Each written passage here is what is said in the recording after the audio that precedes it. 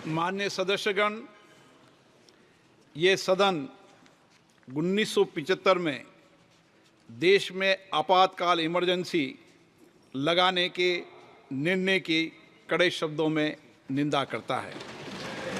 इसके साथ ही हम उन सभी लोगों की संकल्प शक्ति की सराहना करते हैं जिन्होंने इमरजेंसी का पुनर्विरोध विरोध किया, अभूतपूर्व संघर्ष किया और भारत के लोकतंत्र की रक्षा का दायित्व निभाया।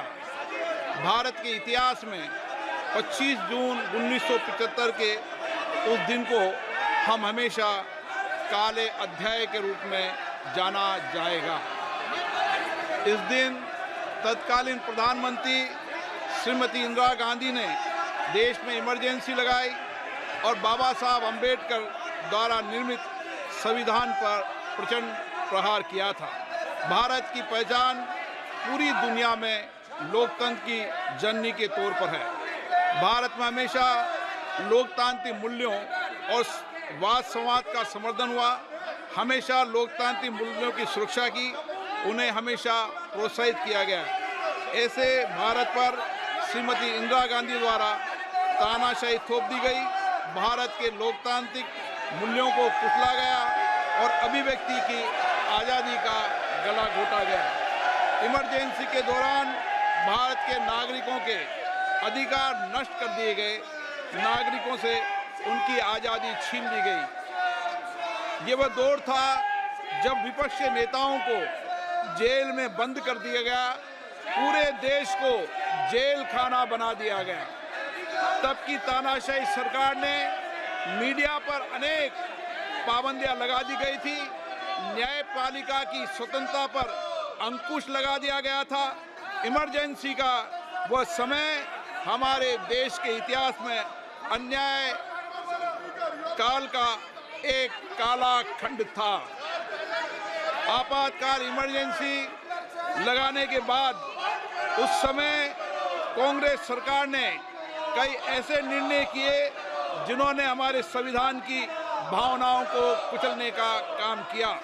पूर्व और निर्दयी maintenance of internal secretary act Misa में बदलाव करके कांग्रेस पार्टी ये सुनिश्चित किया कि हमारी अदालतें मीसा के तहत गिरफ्तार लोगों को न्याय नहीं दे पाए। मीडिया को सच लिखने से रोकने के लिए parliament president production of publication refill act, press council refill act और prevention of publication of objectionable matter act लाए गए। इस काले खंड में संविधान में 38वां, 49वां, 40वां, 41वां, 42वां संविधान संशोधन किया गया। कांग्रेस सरकार द्वारा किए गए संशोधन का लक्ष्य था सारी शक्तियां एक व्यक्ति के पास आ जाए, न्यायपालिका पर नियंत्रण हो, संविधान के मूल सिद्धांत खत्म किए जा सके। ऐसा करके नागरिकों के अधिकारों का दमन किया गया और लोकतंत्र के सिद्धांतों पर आघात किया। इतना ही नहीं, तत्कालीन प्रधानमंत्री श्री इंदिरा गांधी ने कमिटेड ब्यूरोक्रेसी और कमिटेड जुडिशरी की बात कही, जो उनकी लोकतंत्र विरोधी रवैये का एक उदाहरण है। इमरजेंसी अपने साथ ही ऐसे असामाजिक और तानाशाही की भावना से भयंकर चुनौतियों को लेकर आई, जिसने गरीबी, दलित और वंचितों को तबाह कर दिया। इमरजेंसी के दौरान लोगों को कांग्रेस सरकार द्वारा जबरन थोपी गई अनिवार्य नसबंदी का, शहरों में अतिक्रमण हटाने के नाम पर मनमानी का और सरकार की कुनीतियों का प्रहार झेलना पड़ा। ये सदन उन सभी लोगों के प्रति संवेदना जताना चाहता है। 1975 से 1970 कालाखंड अपने आप में एक ऐसा कालाखंड है जो हमें संविधान के सिद्धांतों, संघीय ढांचे और न्यायिक स्वतंत्रता के महत्व को याद दिलाता है। ये कालखंड हमें याद दिलाता है कैसे उस समय हम सभी पर हमला किया गया, क्योंकि जिनकी रक्षा आवश्यक है।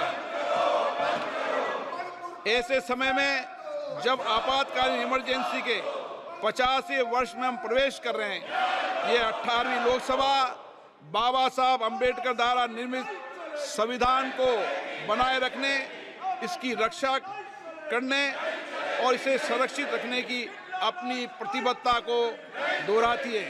हम भारत में लोकतंत्र के सिद्धांत, देश में कानून का शासन और शक्तियों का विकेंद्रीकरण अक्षुण्ण रखने के लिए प्रतिबद्ध हैं। हम संवैधानिक संस्थाओं में भारत के लोगों की आस्था और उनके अभूतपूर्व संघर्ष, जिनके कारण इमरजेंसी का अंत हुआ और एक बार फिर संवैधानिक शासन की स्थापना हुई, उनकी सराहना करते हैं। 1975 में आज 26 जून के दिन ही देश इमरजेंसी की क्रूर सच्चाइयों का सामना करते हुए उठा था। 1975 में आज ही के दिन कैबिनेट ने इमरजेंसी का पोस्ट फैक्टो रेक्टिफिकेशन किया था। इस तानाशाही और असंवैधानिक निर्णय पर मोहर लगाई थी। इसलिए हमारी संसदीय प्रणाली अनगिनत बलिदानों के बाद मिली दूसरी आज़ादी के प्रति अपनी प्रतिबद्धता को दोहराने के लिए आज के प्रस्ताव किया जाना आवश्यक है। अब हम ये जानते हैं कि हमारी युवा पीढ़ी लोकतंत्र के इस काले अध्याय के बारे में जरूर जानना चाहिए। इमरजेंसी के दौरान गैर कानूनी गिरफ्तारियां, सरकारी प्रताड़ना के चलते अनगिनत लोगों को यातनाएं सहनी पड़ी थी। उनके परिवार उनको असमित कष्ट उठाना पड़ा था। इमरजेंसी ने भारत के कितने नागरिकों का जीवन तबाह कर दिया था, कितने लोगों की मृत्यु हो गई थी। इमरजेंसी के इस काले खंड में कांग्रेस की तानाशाह सरकार के हाथों अपनी जान गंवाने वाले भारत के ऐसे कर्तव्यनिष्ठ और देश में प्रेम करने वाले नागरिकों की स्मृति में हम सब 2 मिनट का मौन रखते हैं।